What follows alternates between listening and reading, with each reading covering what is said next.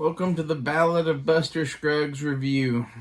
So, I like Westerns, and I like Coen Brothers movies, and when I first heard about this, I was like, oh man, it's going to be so awesome. And I think I watched like 15 minutes of it and turned it off. And in the next few years, I'd watch it 15 minutes at a time.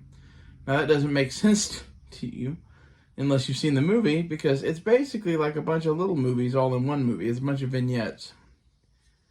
And it's like all about death in the West. It's a really dark, weird kind of comedy. And being as such, I found it difficult to get through. However, I've really got to say that some of the best parts of it are in the back half of it.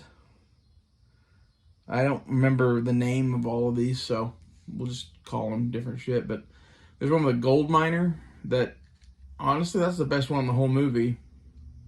It and Buster Scruggs himself. And like the thing that made me turn off Buster Scruggs, I think, is when Buster Scruggs gets shot in the head 15 minutes in. I'm like, isn't this about Buster Scruggs? And like, I was really wanting kind of a traditional Western. And, I was extremely disappointed. That's one of those, I should have known more about the movie going in than I did. I guess, because I would have stuck through it longer had I known that there were more better parts coming. But the second vignette is a bank robbery that the dude just ends up being hung. And after you've seen a guy get shot in the head and now a guy get hung, and now they're starting up the next thing, whatever it is, I just wasn't interested. And to be honest, my least favorite part of the whole fucking thing is there's a guy with no arms and no legs who like sits on a stage and talks for his supper. Basically, like there's nothing else he can do, so people take pity on him and put money in his fucking pan that a guy's passing around for him, and this guy's just taking care of him, and he's like carrying this dude on his back the whole time. And I don't know, it's just really dark and creepy. It has Liam Neeson in it, and like this is the thing, is each one of these vignettes has some pretty major people in it. The guy that plays Buster Scruggs is one of the boys from the Soggy Bottom Boys. He's the one that thought the other one got turned into a toad. Forget his name, but he's good.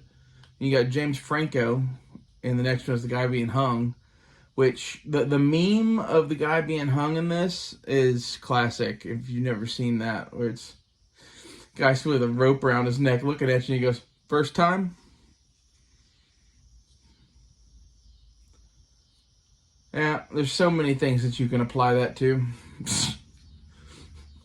You can write whatever the fuck you want on that about most things and put that below it, and people are like, uh-huh. So welcome to the age we live in, though, where it's not your first time getting fucking hung or screwed or whatever the fuck it is.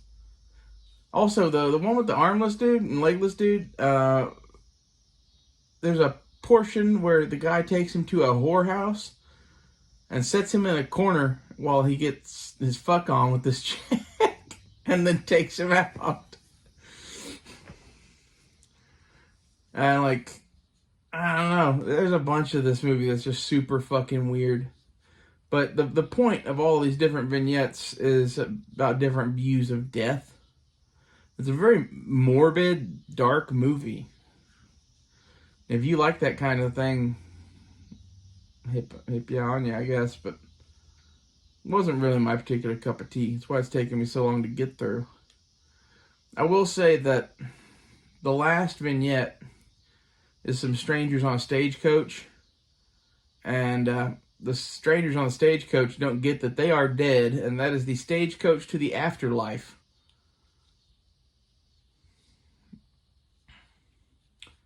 It's pretty, dark thing too, really. Like I said, my favorite one of all of these is the gold miner, who is the only one that doesn't die. I think he's mortally wounded, though, because he's, like, been shot through the fucking midsection through and through, and is kind of... He has a weird coughing spell that,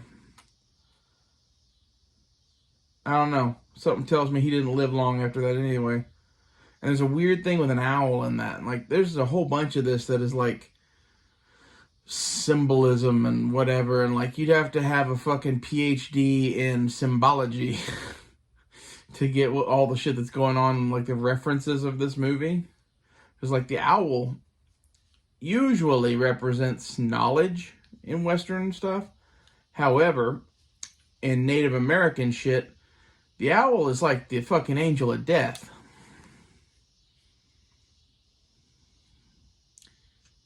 And the owl in the gold miner one, he goes up to steal its eggs. And he takes 3 or 4 of them. And then the owl looks at him, and he looks at the owl. He puts all but 1 egg back. It says, "How high can a bird count?" So, there's some symbolism going on there. I don't know exactly what it is. With the stealing of the eggs and putting the eggs back, and then him getting shot in the back and left for dead, and actually being alive, and then killing the dude that tried to kill him. And I liked it overall. Like, I don't think I would watch this movie a ton, but it's definitely worth a look through. And like for my buddy Blazer, he would dig this movie. He likes westerns, and he likes weird death metaphors, and he likes various other things. So this kind of is a review for him about why I think he should watch this movie. But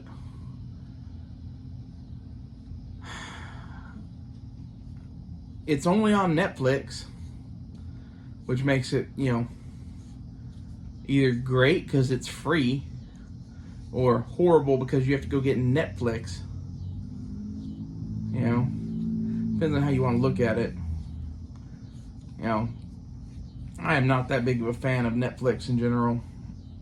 Although I will say, of the streaming services, they are probably the best one. Besides maybe Hulu. I like Hulu a little bit better. And it's mostly just because it has all the FX shows on it, and I like FX. Especially the older Fox shows. You get stuff like MASH and Frasier CBS. Anyway, there's several shows on Hulu that I very much enjoy, and Hulu plays fucking ever before it asks you if you're still there. Netflix doesn't do that. Netflix, for some reason, I guess they think everybody wants to be asked if they're still there every couple episodes. I find that shit kind of annoying, because like mostly what I use a streaming service for is, hey, I'm trying to go to sleep and I just want some noise on in the background, and I want to take a show that I love and just hit play all and just let it kind of go. I do that mostly to cover up all the fucking city noise like you just heard with the car going by. Anywho, back to Buster Scruggs. I really like the Buster Scruggs part of it. That's what made me turn off the goddamn movie in the first place. Is I was kind of enjoying the vibe that had, and then it switched up to a different vibe, and then that dude died, and it switched up to yet a third vibe. I'm just like, I can't do this. I think they would have been better off making it a TV series or something with 20-minute episodes. You know, choose what you want to watch, maybe. Because, like, the reason that I will never watch this movie again is the guy with no arms and no legs, and the fact that the guy that's carrying him around kills him by throwing him in a river, but that's all done off screen. Like, he goes up and throws a rock in the river, and then looks, and then, like, they cut away from him walking back to the coach to him driving away in the coach, and the coach is now fucking empty. No more legless dude. Like, if you're gonna kill that dude and make us go through all this pain and punishment of him reading the Bible at us deadpan for a whole section of this movie, I'd like to see the fucker die. Okay? I don't know why they wouldn't include that. It was like being tortured and then you didn't even get the satisfaction of seeing what happens to the thing that was torturing you or some shit. There's another one where spoilers, this lady is with her brother and she, has the brother die and all this shit happens, and eventually she goes out looking for his dog, looking for Comanches. Or sorry, no, the looking for the dog, and gets attacked by Comanches with this other guy, and ends up shooting herself in the head when she didn't really have to, and that's gotta suck.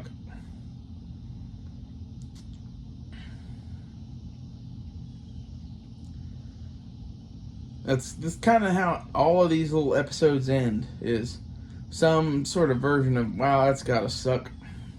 Except for Buster Scruggs, who goes out singing, yippee-ki-yay. So something, cowboys, something, yippee-ki-yay. Because now he's got wings and a harp, and he's floating up onto heaven to talk to all the people about the hereafter and the used to be. Something. Interesting movie. One thing you gotta say about westerns in the 2000s and 2010s and beyond is they have gotten interesting as fuck if they're done with any money. You've got, these are the same people that did True Grit,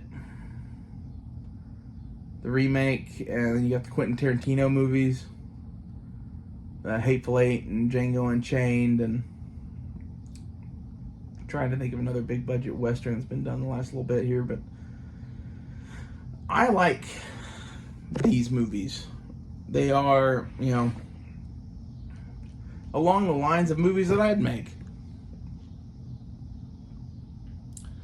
I was talking to Backwoods about something. He said that he thought that The Highwayman was the last of the great westerns. And, other than all these ones we've been talking about, I kind of agree with him. But this is also to encourage Backwoods to go see Buster Scruggs if he has it. It's either the best western or the worst. I don't know. My opinion of it is basically that I really like some of the vignettes, but some of the vignettes don't hit at all. And it's one of those that the first two are good, the third one sucks, the middle two are good, and then I'd say the last one kind of sucks too with the coach riding thing. That and the endings of most of them suck. I don't like a thing that just ends on a dark and sour note, and that's kind of how this movie is. So, go see Buster Scruggs. Tell me what you think. See you guys later.